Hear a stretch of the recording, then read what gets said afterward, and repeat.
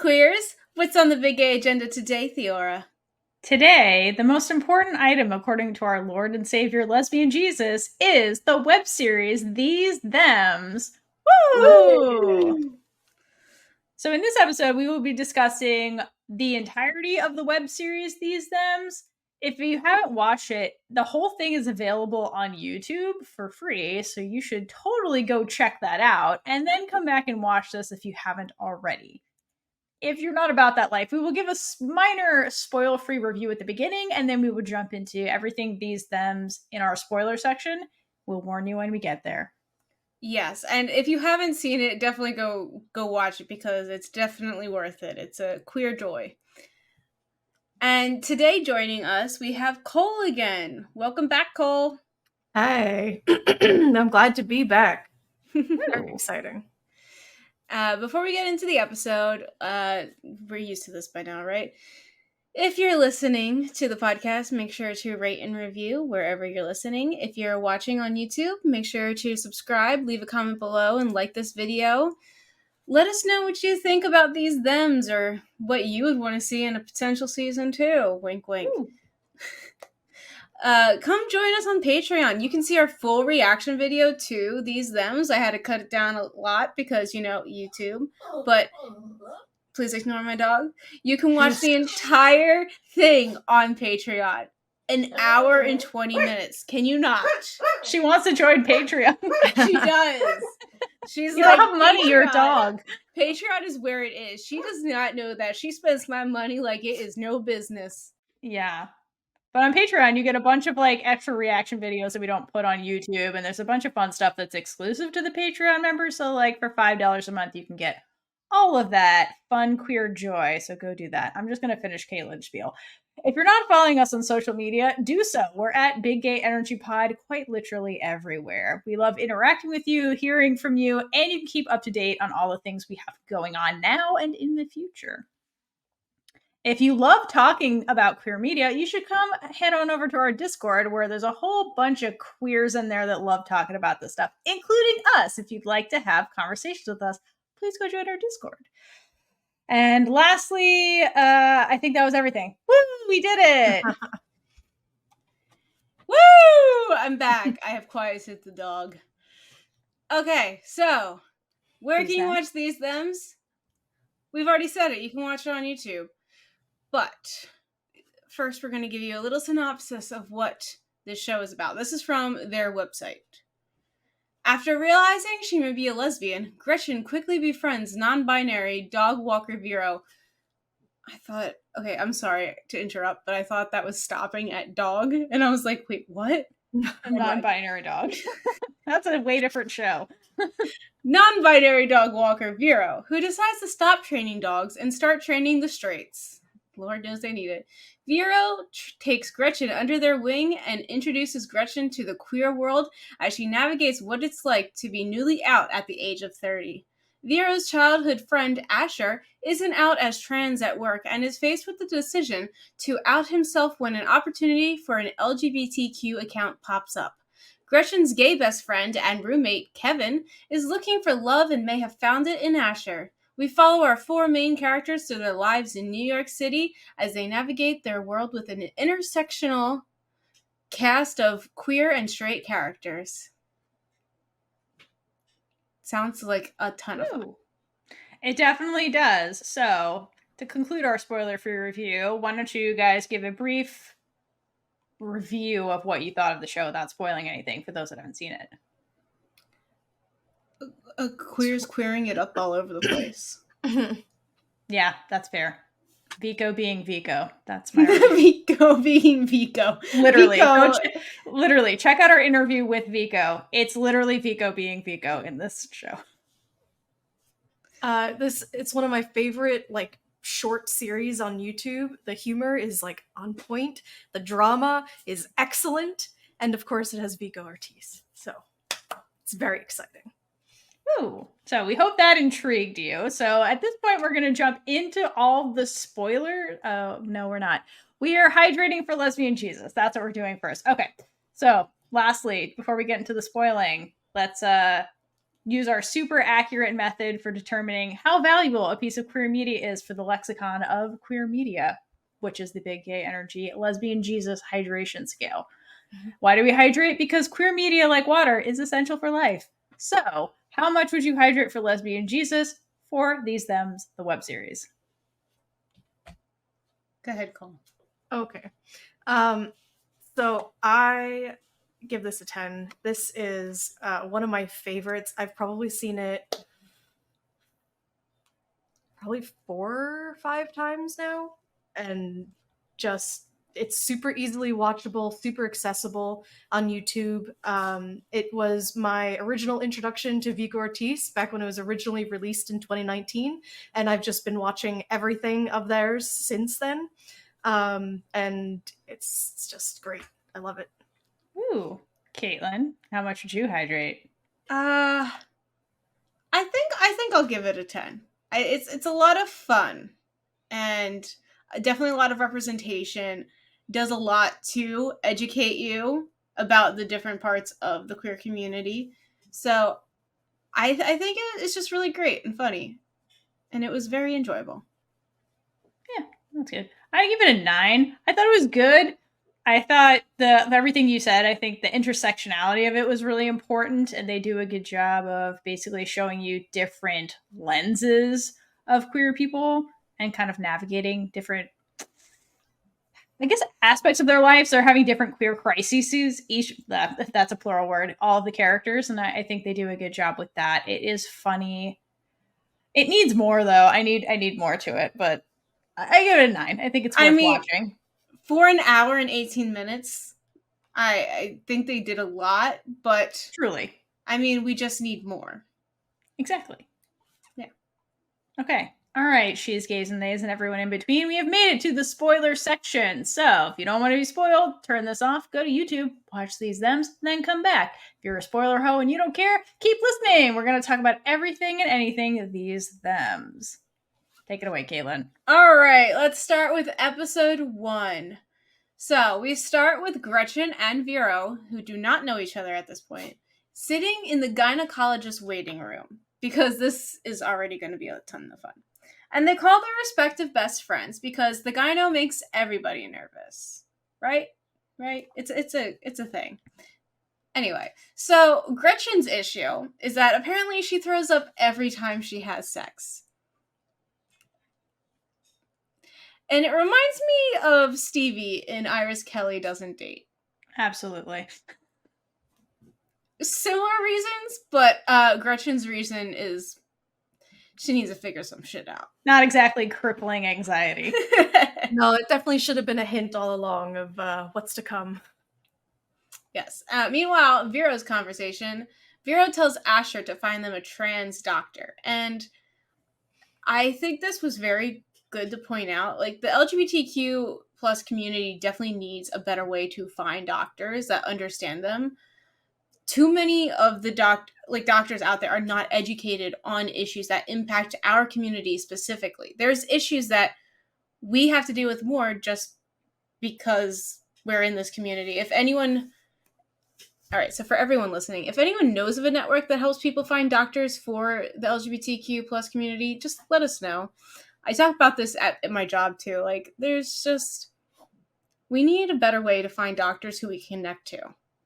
Instead of just being like, I'll go see this one that actually has an opening. I mean, we're in America where your choices are limited to your insurance company. So, like, in a perfect world, yeah, but that's not always the reality in America, for sure. America. I think I have this in another section, but... Oh, yeah, I'll wait till we get to the doctors. Never mind. I have comments on this when we get to the doctor's behavior, but go ahead. Okay. So the way that the room is set up, I really love the way they shot it, because it looks like they are in different places. You don't even notice that they're in the same room until later. And when we get a wide shot of them, you realize that they're sitting way too close, even in a waiting room. Like, they're just too close. I don't understand this setup. But anyway,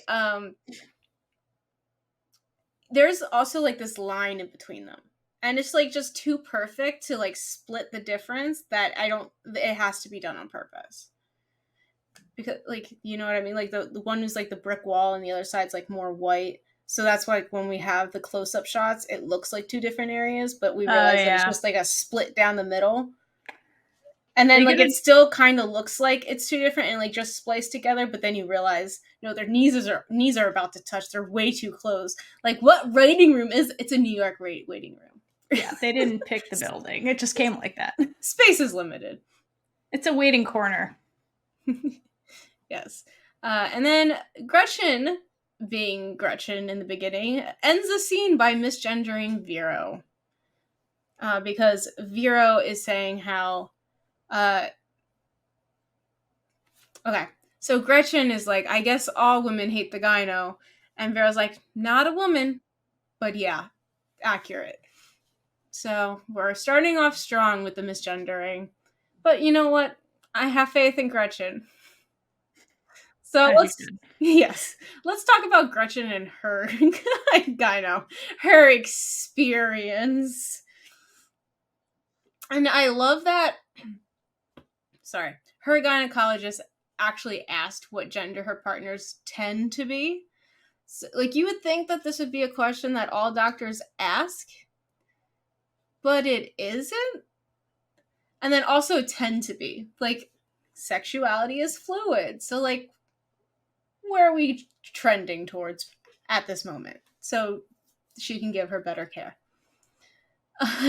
And so Gretchen then shows how little she knows when she says, men, obviously. And this reminds me of the scene in Sex Lives of College Girls where Renee Rapp as Leighton says, when they're going around asking people's pronouns, and she shows up to the women's center, I believe. Vero's there too, just FYI. Yeah. Yeah. And Vico, sorry, not Vero. Vico is there, my bad. Sorry. So Renee Rapp says she, her, obviously. And then they get a lecture from Midori Francis about why that's like terrible to say obviously after that. And then conveniently Vico was also in that scene. Like, when there's a scene like that, Vico is right there. But also to get a lecture from Midori Francis. Goals. Oh, Midori. I cannot wait to talk about that show. Anyway, I'll go off ranting later. Okay, so now we're going to get into the fun, goofy stuff. While the gyno is giving Gretchen her breast exam, Gretchen is trying to ask about why she is throwing up during sex. But, you know, doesn't fully hear any response from the gyno because she is too busy getting turned on by the exam that is happening. Yeah, so now Gretchen is even more nervous around the gyno, and for some reason she thinks the gyno has to be a lesbian since she got turned on. And the poor gyno got way more than she bargained for in this session. Absolutely. My favorite line is I have a lot of favorite lines in the show. One of my favorite lines is when Gretchen is trying to ask the gyno if she's a lesbian, and the gyno is like, oh yeah, oh yes, I know what you're saying, board certified. It's like, oh yeah, oh of course, yep, that's what I was trying to get at there, Yep. Oh god, I don't think I want to skipping that. Oh, and then she just starts like, what was I? Hold on.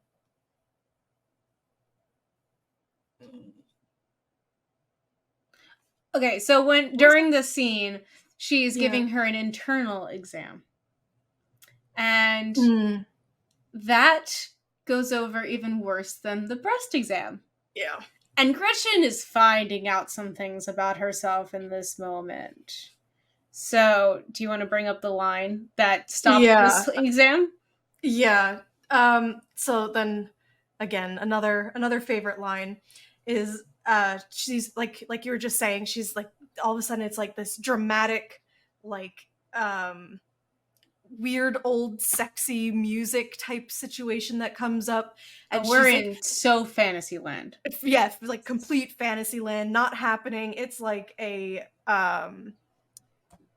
what would you call that? Like it's like a red room type, like there's whips in the background and like all this like The super glove drama. snap. I'm doing the Yeah, exam. yeah. Yeah. And then at one point she's like, "Stop! I can't do this. You're a woman." And like the gyno's like, "Whoa, hold on. Would you Real prefer life. a male?" In real life, yeah, it like cuts to like actuality, what's actually happening. And the gyno is like, "Whoa, sorry. Would you prefer a male gyno?" And Gretchen's like, "Ew, no, that's not not what I want." No one wants that. No. It's just I love the like the cut scene, like it just cuts from one part, like from fantasy to reality, and it just, I don't know, I really like the editing and the acting for this. It must have been really, really funny to film and like have that interaction between the two dynamics of it. It's very funny. I need the bloopers in general for this Yeah. show. Because there is some shit. I'm sure it's incredible. My favorite moment from that whole scene, is when Gretchen has an accidental O during this exam and starts screaming. She's trying to, like, in her brain stop this from happening, and she's like, "Dead kittens." All of a sudden, and then she eventually gets to Mitch McConnell, which is hilarious, number one. But then as she's coming to that, he's like the devil, so she's trying to like stop this, and then like screams Mitch McConnell out loud, and the doctor's really confused, and she's like, "It's not Mitch. It's never Mitch."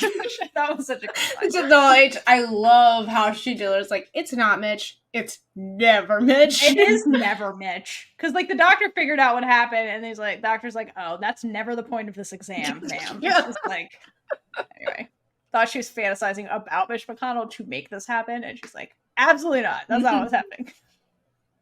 Good line. Meanwhile, Vero is in their own room with their gyno.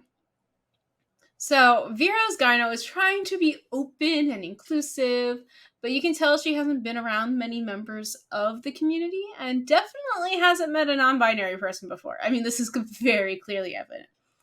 So she starts by dead naming Vero, which I want to know why a questionnaire that asks someone for their gender identity wouldn't have a preferred name section as well.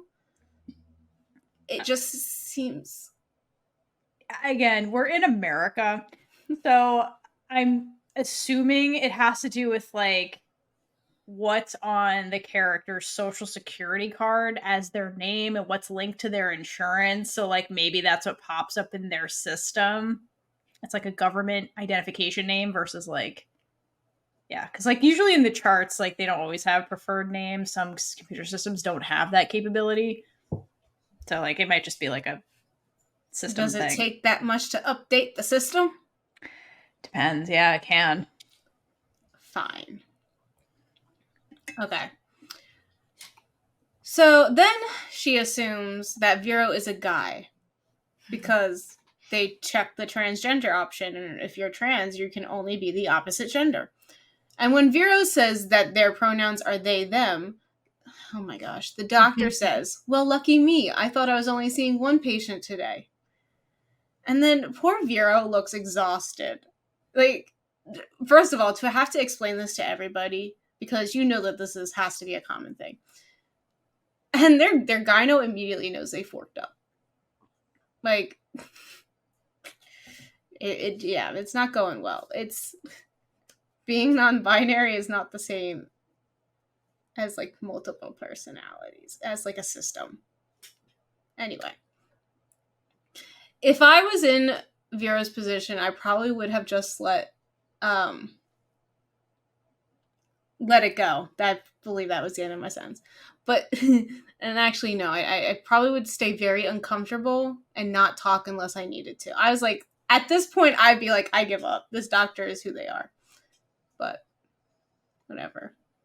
Would you Dr. I imagine Vero's been through this a bunch of times, and just like, yeah, it sounds exhausting to have to keep like correcting people and like, but Vero's like very upbeat and persistent at the end of the day, which I don't know that that's true of everyone. Like you said, like you get like fatigue from doing this over and over and over again, but Yeah, like, unfortunately, like, we are in a world where a lot of people just don't know about this or are learning it for the very first time. And, like, yeah, it requires more work to, like, guide people, correct people. Like, it's like a foreign concept to some people, you know? Yeah. Yeah. I need to pause really quickly. Sure. Are you recording on your end at all, Thea? Nope. So then, yeah, so my experience with going to the doctor and stuff like that, with being trans in some way and using they them pronouns, and I've had doctors like specifically ask me, do you use like other pronouns, what are your pronouns? And then I tell them, and then I even have written my preferred name, which I use Cole, and like done all that kind of stuff for it. And then they start getting into the exam, whether it's a like just a physical or a any kind of specialty or whatever. They start going by like biological sex terms and using that kind of those kinds of words and stuff. And it gets to a point where it's like, for me personally, I'm able to dissociate more in these kind of situations at the doctor when they keep everything with one um when they don't flip back and forth from using they them pronouns talking to me, and then using like female identifiers, just because that's harder for me to pull myself out of. If they use everything female, it's just biology that they're talking about, and they're just talking about like the physicality of what's going on and how to do whatever tests that they need to do, because unfortunately people are like, males and females do have some differences in like what tests and what the levels should be, and all that kind of stuff. So anytime I've had to go to the doctor and I do have some health things and that I've had to be tested for, you need to fit within a certain thing, otherwise your levels are off and you might have symptoms of something that you might not otherwise. So I can dissociate from, like, I can pull myself away from the language that they use when I think of it very biologically and scientifically, versus if they then put my like pronouns, like, it is uncomfortable, but when they use the wrong pronouns, it is uncomfortable and I don't like it, and I wish they didn't, but it also makes it a little bit easier to think about it in a science-y way, if that makes any sense. Oh, it definitely Yeah, no, does. it definitely does. Yeah. Thank you for sharing your experience, because Yes. obviously we do not have it ourselves, and your input's very valuable for this because it's another take. Yeah. So, And this thank is you. just my experience. If other people feel differently about it, then that is, of course, like, I don't speak for everybody. Yeah, we can, all of us, For sure. we can only speak for our own experiences. Okay, so Vero does not get, doesn't shut down when this happens. Vero starts drawing diagrams, trying to explain gender identity to the gynecologist. And the gynecologist is like relaying things back, and it sounds like she's learning everything. And then she's like, it's like a tomato. Is it a fruit? Is it a vegetable? And like, the whole thing, it just negates all the progress Vero made. So naturally, they continue their queer lesson instead of stopping. And the cutest part is when the gyno is learning about other pronouns and gets the call that her next appointment is there, and she just runs over to the phone, is like, cancel everything. Like, they have way too much to learn today. Like, she's too busy in the queer education. So when they're done, the gyno tells them that they should be a queer educator professionally, and then the match is lit and the light bulb goes off. Because I love that Vera's thing is, Well, that would be easier than being a trans gynecologist. So, like, yeah, let's do that. So this scene, like, while it's hilarious, it does have a lot of good points that we've covered. I think that this type of interaction will phase out over time because part of medical education now, at least in California where I practice, involves diversity, equity, and inclusion, or DEI training, which includes teaching people about people being incoming young physicians, aka like medical doctors, about preferred pronouns and identities and why that's important as part of holistic care. So while you're upset about this, Kaitlynn, I think like this will phase out because this is being taught to the next generation of physicians. So this will go away over time. And I see my own, physicians that I work with, the young ones that are training, like doing this, and they present this on rounds to us unprompted. So like this is part of medical education, and this type of interaction will be a thing of the past, because like this is getting a lot more normalized with recent graduates. So when they're presenting, like at least on my team, we do what's called table rounds. I don't round in front of the patient. We round in a room with our whole team because it's a team that takes care of the patient. And so when they're presenting, like if it's a trans patient, they will use the correct pronouns the entire time. The patient is not there to hear any of this. So just so you know, and like when they're charting, they use the right pronouns. So it's like it just becomes normalized. They're like, that's what you want to be called? Great. And they'll do it unprompted. So I feel like this is a thing of the past, this scene, to be honest. That's great. I feel like there's a lot of more old school doctors still out there. Have you seen like anybody push back on something like that? I work in California. No. Yeah, that's true. Never. No, they're just like, that's the patient. Great. And they just go with it. Even the attendings that have been here for a while. So, and not just California, Theora, San Francisco. Yeah. But, and then for trans gynecologists and things like that. So yeah. So hopefully that does translate into like physicians being more accommodating for every kind of patient that comes in, particularly in these like uncomfortable, like type of specialties, number one. Like, yeah, so hopefully that helps. I don't know that there is a network where you can find specific I know there is for psychologists and things like that, but not medical doctors, because again, in America, it's tethered to your insurance and what is covered, and you're kind of stuck. I mean, if you get lucky to have the insurance that you can go anywhere, right, which is really expensive, they do have specific like trans care doctors. They have a network for that, like online that you can search up, and different doctors that do, again, trans related stuff, for like top surgery and stuff like that. So people do end up traveling out of their state, and most of the time end up paying out of pocket, because exactly what you're saying, in order to find the access to healthcare that they're looking for and needing, they have to pay out of state because they can't get it where their insurance covers. Yep. Hopefully one day our healthcare system gets better. That might be too much of a stretch. Just that more people are educated and they don't have to travel out of state for something like that. But that's a whole nother conversation. That is another conversation. The America, North United States, because America is, more than just the United States. But USA. Yeah. Anyway.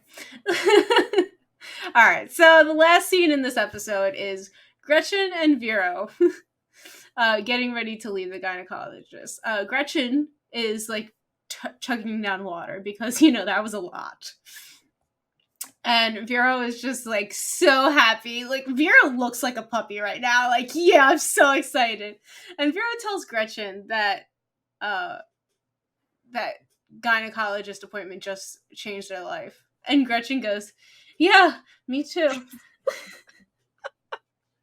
Oh my god. It's the humor in this show is just so like dumb but good. Like it's not clever or like super amazingly well it's just on point and like good. It's so funny. I think some of it's clever and I would say it's clever. I mean, clever is not the right word. Sorry. It what's the word for it then? Like linguistic. Like it's not elaborate, clever. Like elaborate humor or any. I don't know. Never mind. It's not British humor, we'll say that, which is like linguistically witty or Witty. layered, Yeah. Okay. Mhm, layered jokes like 30 Rock would be. Yes. That's. Thank you. Yes. it's just naturally funny. I feel like Yes. like finding the jokes in everyday things, and I think that's Mhm. what makes it even more relatable as well, because it's Mhm. like things that you might even like think on the inside or daydream about. They just do it on screen. Mhm. Yeah, it's a lot of situational humor. Like that was like a good situation where they had the two characters converge for that joke kind of thing. Mhm. Yeah. Okay, so the next episode starts off with a bang. We start with Gretchen freaking out to Kevin about her experience with the gyno. Literally like, what do you mean you came at the gyno? She's like, it's pretty self-explanatory. I had okay. My life has changed. I've Like- seen lesbian Jesus. Here it is. And at last I see the her light. light. It's like the fog has lifted. Okay, you know what? That song works perfectly here. It's the first time in forever, Kaitlynn. Yeah. No! Lyrics line up. Oh, shit, Theora. Blame Gretchen.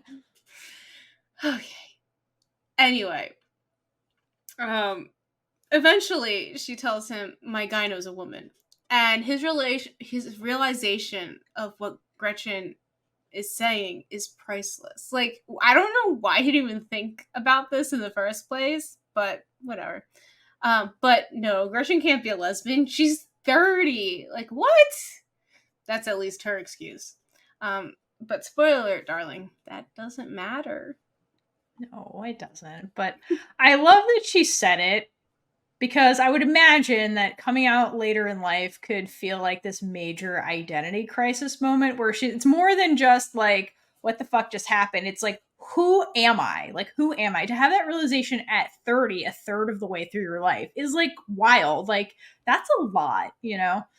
Especially because she's having this conversation with Kevin, who's presumably known her for a very long period of time. So, like, the whole thing is just like, I don't even know myself. Like, that's a lot. Yeah. I was going to say something, but I forgot what it was. Nice. I'm also here for the later in life coming out storyline. That's always fantastic because it's any age. It doesn't matter. You just discover yourself. It's great. Yes, and we also need more representation for that, because I feel like everyone feels like they need to come out when they're younger. Yes, and I feel like everybody feels like they need to. I feel like everybody also feels like they need to write stories about kids in high school. Let's talk about adults. Adults can get into wild situations too. They're I want to I want to watch, like, well, I guess it would be Grace and Frankie, because I believe that's like that whole basis. That's Grace and Frankie. The husbands came out later in life. Yeah, I've seen a few episodes. I love that show. Exactly. Like, give us shows like that. I'm tired of like high school kids. Like, move on. Everybody writes high school. Like, come on. You can come out when you're 30. It's way funnier. Not that it's funny when you come out when you're 30, but like the situations they can get in because they're not tethered to school. And it won't be as weird because they do, like you brought up in many episodes, that they treat high schoolers like adults. Like they're in college, and it's like, no, this is a minor. Exactly. Like, here we are. We're like, they can just go to bars. They can go to random burlesque, like, dancing. You can't do that as a child. Like, it's just, I'm here for this. This is what I appreciate about the show. They decided to do this with adults because, yeah, this can happen when you're an adult too, and it's different to navigate, and you can just, I don't know. I'm here for this. It's a bigger world, in my opinion. Like, narratively. I also love Kevin's thing, trying to get Gretchen to accept or admit that she's a lesbian. Gretchen's not having it, but Kevin says, if I were a lesbian, I'd have 5 cats with a butch named Butch. And one, it's funny, but 2, it also shows how much he is living in stereotypes, which is important for later. So, like, he's like an embodiment of a stereotype, I feel like. Yes. So that is something to keep in mind. So while Gretchen is in deep denial about being a lesbian, because again, she's 30, again, it's okay. I am waiting for her to pull out BuzzFeed and take a quiz Nick Nelson style. Okay, but question. What is her result? Is she 62% homosexual like Nick? Or is she more like Kun Sam where she's like off the charts queer? Like the score is like, we can't even score you. You're so gay. You're like greater than 100%. Well, that gynecologist, we're on Sam's level. I think we're in Sam territory here. She's got the series. Yes, and in case Accurate. anyone listening, it's 2 shows we've covered previously. So Nick Nelson from Heartstopper and Kun Sam from Gap the Series. Check that shit out. Yeah. If you like super gay stuff, go check that out. Yeah, they're both very Both gay. of them are super gay. Very gay. Yes. All right. So then she finds her old diary, and it's not a burn book. Don't make that mistake. So her old diary proves that she has always been a baby lesbian. Always. Like, yes. And like, isn't that a natural thing to go through? Like, you think back on your childhood and you're like, well, shit. I've been this way the entire time. The thing is, her parents also knew, which is why they sent her to a conversion camp when she was little. Which, they didn't even, like, tell her. They're like, just in case she doesn't know, we're not gonna, like, tell her this is what we think. We're just gonna do this and, like, hopefully brainwash her. But I really wish, and she should have had her but I'm a cheerleader moment at that camp. I'm just saying. Then I really liked, there's a fly. I really liked the line where she was reading from the diary that she had, and she was like, Billy wanted to hold hands on the playground. And she's like, oh, look, see here, look at them, I'm not gay. And she's like, Mary and I practiced kissing instead. So I just love the writing in the show. It's so funny. I want to comment that my mom tells me a story from when I was like in kindergarten. That this guy, well, I mean, this little boy, because we were tiny, tried to hug me on the playground, and I just shoved him. Nice. Yeah. Apparently he tried to kiss me on the bus or something like that, too. I don't understand. I don't know. That was a whole world that was, heteronormativity weirdness put on a child. Like, that was my boyfriend when I was little. Gross. Mm-hmm. I shoved him. Yeah. Yeah. And I love hugs, so, like, that was a big deal. So that's, yeah, gross. Anyway. Yeah, you basically said everything I was going to say, but I'll say the fucked up part about this was that the fact that her parents sent her to that conversion therapy camp without her consent because she didn't know why she was going there. So I think that is super fucked up that happened to her. She's just like now realizing it decades later that like her parents basically sent her to like forced therapy and she didn't realize that that's what was happening. Like that part's super fucked up. Yeah. So then I wanted to bring up there was a dog in this that you did not mention.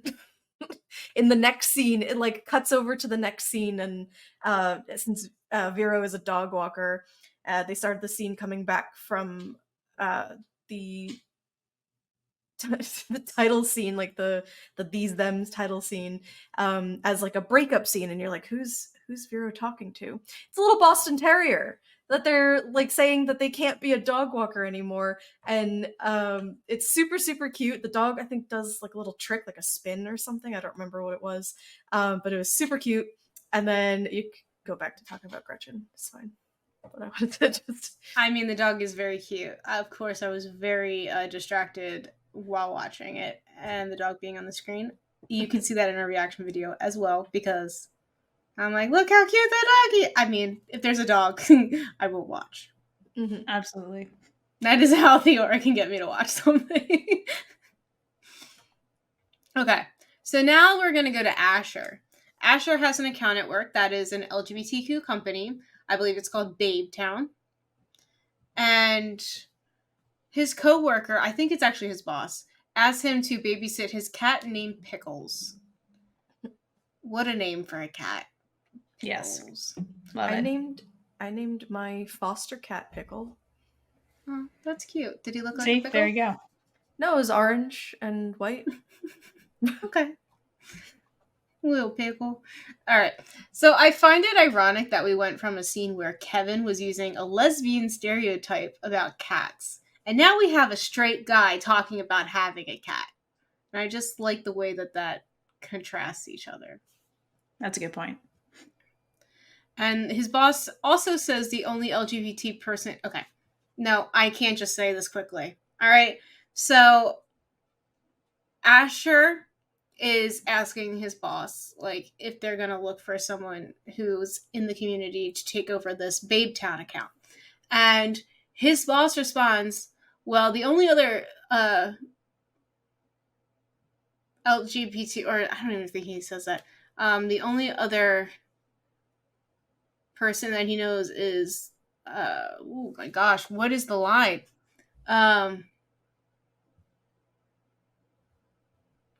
It's just like the only one is Leslie the Leslie, and he's like, please don't tell HR this.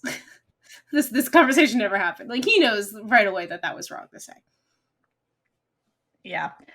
So in this scene, the boss asks Asher if he knows anyone else who's like queer, basically, and Asher like interestingly balks at the question, like he freezes. And I found this relatable, having been in situations where it felt unsafe to come out, particularly like at work. And like, even if it does feel safe, like there's still that trauma response reflex to just be quiet and pass. And I feel like that's the position that Asher is in. So it's really is a hard habit to break. And you can see that Asher is very conflicted by this. Like, Asher wants the opportunity, wants to like work on something within his community, but like there's that reflex of just being like, I'm finally passing. Like, I don't want to like ruin everything and be like the weirdo. Like, and Asher says it later. He's like, I'm like the only brown person in the office too. Like, to have to like then be the trans brown person. Like, that's a lot, you know? So like, I feel bad for Asher in this moment, but this is a real situation that also like really does happen. That's like, even when it's safe, it's still, there's that party that like, is it though? You know? Is anything ever truly safe? No. So, like, you can't fault Asher for his behavior here. Not at all. Okay, so back to Kevin and Gretchen. Kevin takes Gretchen to Henrietta Hudson Bar and girl. Yeah. It's a real place, just so you know. This is a real place in New York. I believe they try to highlight different places that are real. And just like moment of appreciation for like the interior. That is, quote, the hottest lesbian bar. And it's basically just like this mismatched dive bar, which is the most lesbian thing ever. So I love the realism of the bar itself also. And we get a really great gay Christmas carol from Kevin. And I'm just sitting here wishing this was Happy a Season now. Would you like me to sing this, or would you like to sing this, Cole? Oh, you can sing this. Okay. So Cole has graciously provided me with the gay Christmas carol. Mm-hmm. It goes, fa la la la la la lesbian. Mm-hmm. I love it. It's beautiful. Yay! Okay, so this whole time, like, he's trying to get her to flirt with someone, to embrace her lesbianness. So Gretchen goes up to the first girl she sees and asks her if she wants to scissor. Like, that's not even a hi. Hello, how are you? What do you like to do? You want a scissor? I would imagine she's used to flirting with men, and like that would work with men. You're just like, you want to fuck, and they're like, yeah, let's leave. Like, I'm sure like that's where she's coming from. She's like, oh, that's the only experience she has. And so like with non-men, there's more conversation that goes on usually.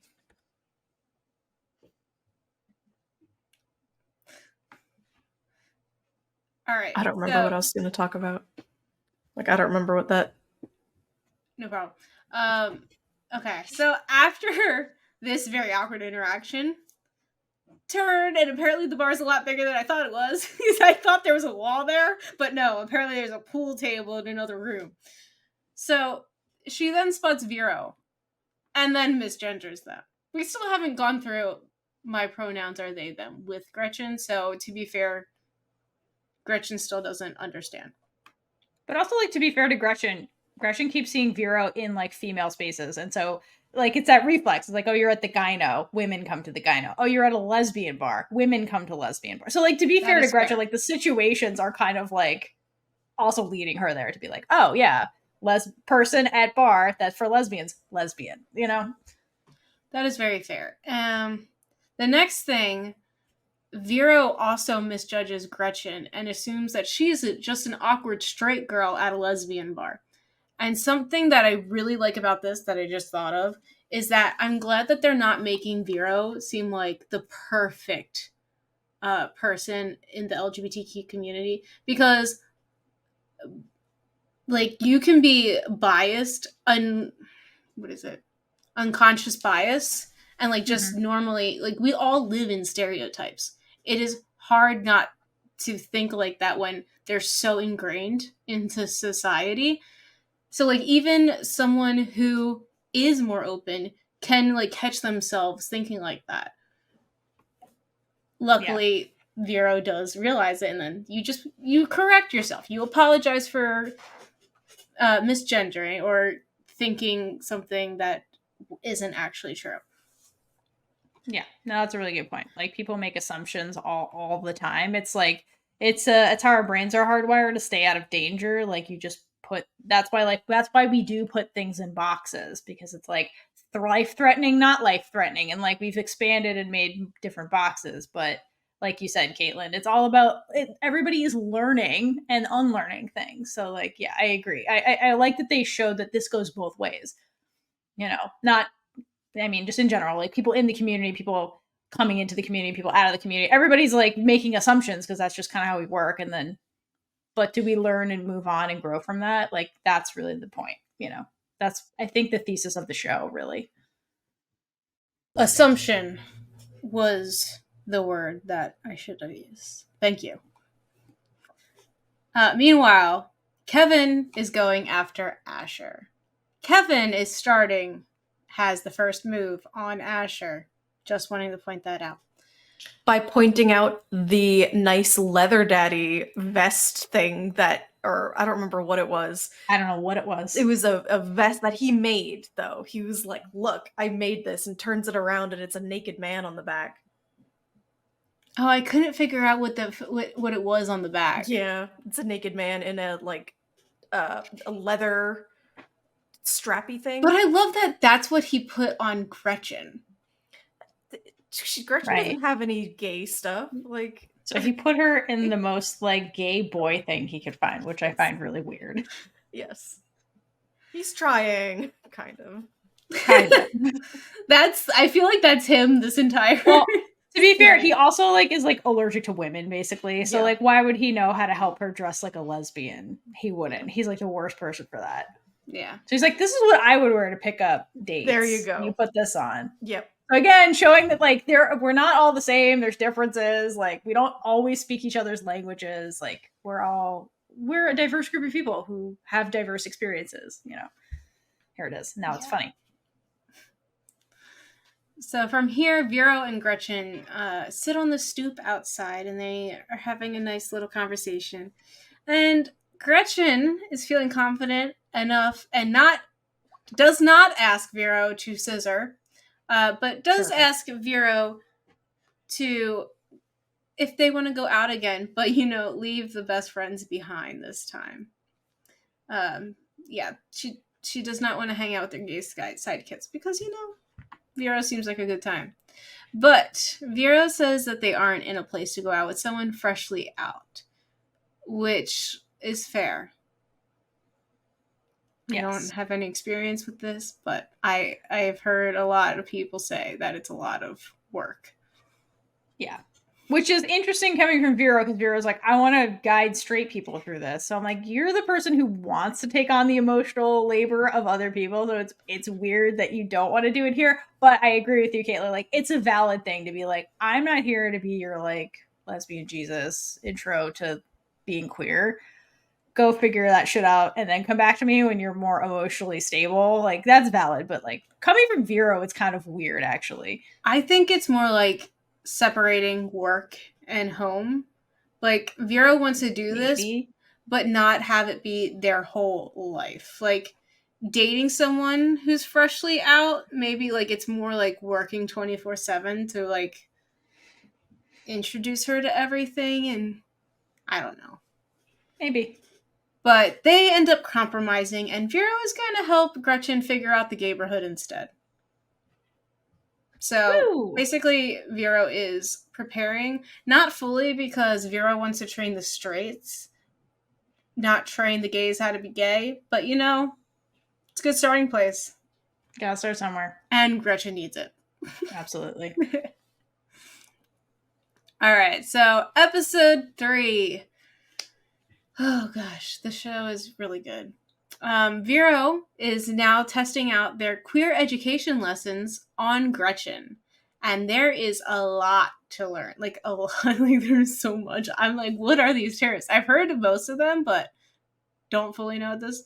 So, like, I need this lesson as well, Vero. Please, could you... I need them to release, like, this full, like, 2-hour lesson. The 47 minutes of this? No, because that's only one of the breaks. It's definitely like at least 2 hours long that they were doing it. You're right. But it's so overwhelming that I don't even know how to summarize this scene.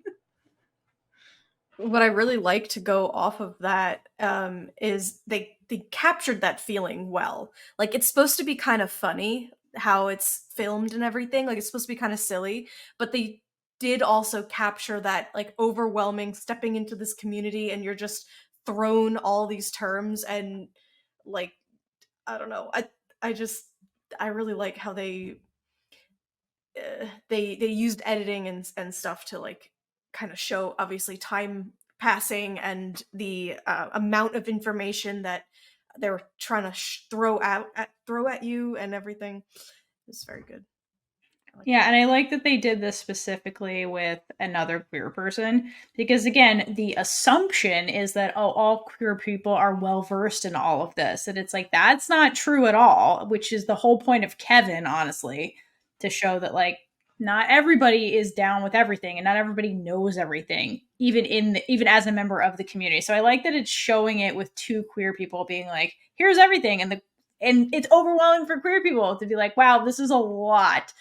You know, it's not just this or that. Because you go into the straight world, it's this or that. There's 2 choices and you're just done. This is just like, hey, this is like the complexity of like life, basically. So yeah, I agree. They did a good job showing it's overwhelming and then showing it from queer people's perspective to be like, hey, even we get overwhelmed because this is a lot. It's a process to learn all this stuff, and that's okay. I love the drawings too. They were like the artwork that was done. I liked. I don't know. I just liked it. It is a lot. I mean, it's just being willing to learn. I think that's the most important part of being an ally in general, is the openness to willing to learn. That was a sentence. That was not anything coherent. So let's continue. So it's important to note in the scene that out of, I think it's closer to 2-hour presentation, Vero forgot about the buys, which they say is typical. And I really do feel for all the bisexuals out there of, there's so many things like, oh, the bi people are just gay, they just don't realize it yet, or something like that. Like, you deserve to feel seen, and I'm glad there is more bisexual representation coming out now. Agreed. But the joke is, it's hilarious and very sad at the same time. I think it's the delivery too, like the delivery of how like how Vero says it. He's like typical. Like, it's just, I don't know. And then Gretchen trying to, I guess, reiterate like what was going on and learn about cis men. And she was like, is that the like our leader or something? And then Vero's like, girl, no, the opposite. It's just so, the delivery, and oh, it's so funny. The first time you hear that term, though, you're like, what? What? Because you're like, there's a term for people who are like the typical way in society? What? Anyway. Which I find really weird, because then you're like, trans people, and then you're like, yes, I understand that. But then you're like, okay, so then what's the term for not trans? And like, if you've taken math classes, like, you use these terms. So like, I was always confused why people were confused. I'm like, yeah, did you not learn this in math class? What the hell? I wonder if Gretchen using that cis angle, trans angle. It's like, it's in geometry. So I was just like, these are math terms. What do you like? I learned this in like middle school. So I was very confused why people are confused by this. I wonder if Gretchen was thinking it was SIS men, like cis, like sister. Oh, yeah. No, that would make sense. Because if you Also, like yeah. cis men, Yeah. it sounds like cuter in a...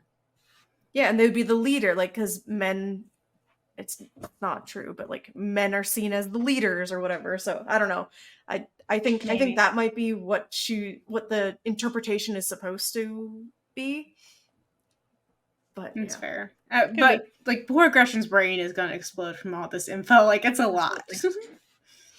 Yeah, and as I said already, I really, really like how this was edited and how you get all those cuts and everything, and it like passes the time, and you get like the breakdown of how many minutes has passed pretty much, and it just adds to the like the dramatic feeling and the feelings of overwhelm as well. Yes, Theora's favorite time passage is the 47 minutes. I love that. It's just so random. I just love that they picked a random manager and they're like this, and I'm like, good job.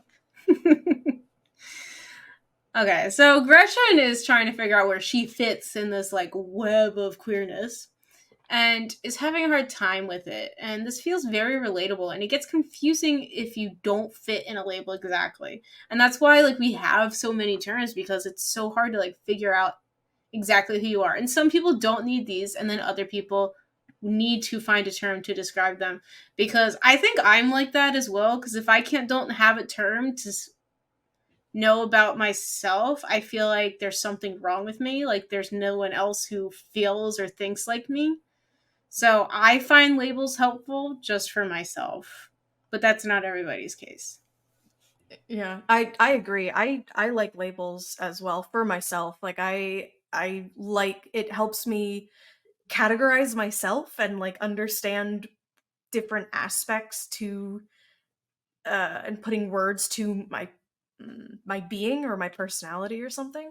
But I really like how she comes up with her label. So she's kind of pointing at there's like the whole all the pictures on the walls of like different labels that she could be. It's like femme and butch and genderqueer and trans, and it just, and pictures to I think they had lipstick on there. I have or something. all of them. They had like Chapsticks everything. are all on there. Yeah, so she's just kind of like pointing at it, and she's like, here and queer. Like she just kind of like really confused, and then Vera's like, yeah, like perfect. So it was really nice that she didn't quite have a specific label, but Vero was still super like receptive and positive, and like, you can absolutely be like, that's perfect. So yeah, and I think that's important, because if you think about it, she's like 2 days into this journey. Yeah. So like, yeah, not understanding who you are yet is totally fine. Like, she is having a quarter life crisis right now and trying to connect with what her identity is. So yeah, like, not having a label immediately is 100% okay if you're somebody who like likes to have a label, because I understand that like having like language is powerful. Having a term for something can feel empowering to people, but like not feeling like you connect with the only terms you're aware of is also okay. So for Gretchen to just be like, queer, I don't know which one of these are me yet, to be honest, that's totally fine. And to never identify with one of them, also fine. Like, So I like that they had that for her, somebody who's starting on the journey. Like, because everyone keeps calling her a lesbian, but she doesn't like, she's like, I don't even know what I am. I just started this journey. Like, All I know is I like gynos. Yeah. Or one gyno. gyno enthusiast. All right, so meanwhile, Kevin and Ash are hanging out alone. And they are bonding, talking about their likes and dislikes, and they're generally hitting it off. They're important to note that they don't have many likes in common, but they do dislike the same thing, which is people not using a top sheet. But I would like to defend the people not using a top sheet because it just gets annoying. It just gets thrown around the bed, and then when you're making it, it's just annoying, and I hate it. Just meanwhile, I'm using like a duvet cover as a top sheet right now, so Monster. I don't use top sheets. I mean, I have to have one because my partner likes them, but like when I had my own bed and there was no one else in it, like I didn't even use a top sheet. It was just a comforter. It was the bottom sheet that went around the bed and a comforter. And that was it. Because I don't understand that at all, man. That's so weird. you have to have a top sheet. Yeah, I don't like sleeping with the comforter either. I grew up in a household where like the cover, the I guess the duvet or whatever you want to call it, like was used to keep dust off the bed. So you like remove that at the end of the day when you go in the bed, and then I have like a quilt blanket and then like a sheet, and like that's how I like to sleep. That is not how I sleep now because partner preferences, like you said, but also it's colder here. Yeah, I was like, you're also like from Florida. I hate having a giant puffy. I can't sleep without that. That's why I need it to be so cold because I need to sleep with a blanket. And my partner has to have one of those fluffy blankets. I hate them. I don't like sleep with them. I don't sleep well anymore. Oh no. No. It's okay. That's what being married is. Maybe you should just get 2 separate beds. That way you can make them separately. Okay. Or just get like the top stuff separate. It's okay. She's like, I don't care. Gretchen, how are Vera and Gretchen doing? So Vero and Gretchen head to a gay bar to get Gretchen laid, because that is top priority. Alright, so now we're going to finally teach Gretchen about pronouns. Which is, I feel like, the first thing Vero should have done with Gretchen. But Vero already did that lesson with the gyno, so we had to wait a little bit. Gretchen is continuously using the wrong pronouns for Carrie, and Vero isn't explaining it to her, which is definitely just them trying to get a laugh, but is also a great way to teach Gretchen not to assume someone's pronouns. So she's like, this whole scene.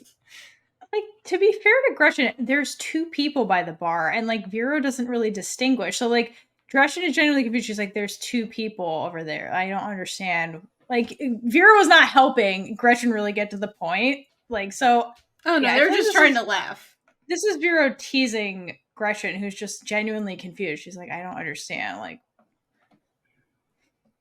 Yeah, but Gretchen needs a pronoun class in general because she starts the conversation with Carrie by asking, how are they? And obviously, Carrie's like, what? How are they? How are who? Anyway, so Gretchen nervously goes back to Vero because she's like, what do I do? I don't know how to handle it. Which, I mean, fair in general. But Gretchen learns from Vero that you can ask people their pronouns, but not their sexuality. And Vero relates this to how Gretchen wouldn't ask Vero about being POC. And Gretchen responds, no, I educate myself because it's not your responsibility. And then she probably freaks out and asks Vero if that's what she's doing right now. But Vero just calms her down. She's a very anxious gay right now. And says it's not like that because they offered to help her. It's a distinguishing fact. Yes. And I think I brought this up already, but one of my favorite things about this whole series is how much it does educate you. And whether you are straight or even part of the community, there is something for you to learn. And they do it in a very funny way. Or it gives you a starting point. Like, oh, that's something I should look into. I don't fully understand what that term is. Let's figure it out. This podcast is also great for that. I learned what queer Absolutely. platonic relationships were this week, but that wasn't actually for one of our episodes. Anyway.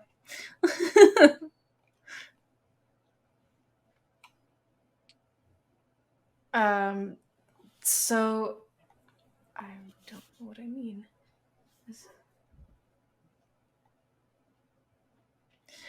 You're basically saying that it's also relatable even if you know it, because it's showing you how you can help talk to someone and get them to understand. I was like, what was my point? Oh my goodness. Yeah. Thank you. Theora has done this for me many times. It's like, what happened? And then, but I do love another line here when Gretchen comes back over. They're talking to T.I. offers her a drink. Yeah. T.I. offers Gretchen a drink, and then Gretchen goes back over to Vero, and this is supposed to be done as humor, but still kind of missing the point of the pronoun stuff. And Gretchen's like, "They is sexy, me is scared." Just her face so is funny. Hilarious. It's so during funny. this whole exchange. Oh, it's so funny. Yes.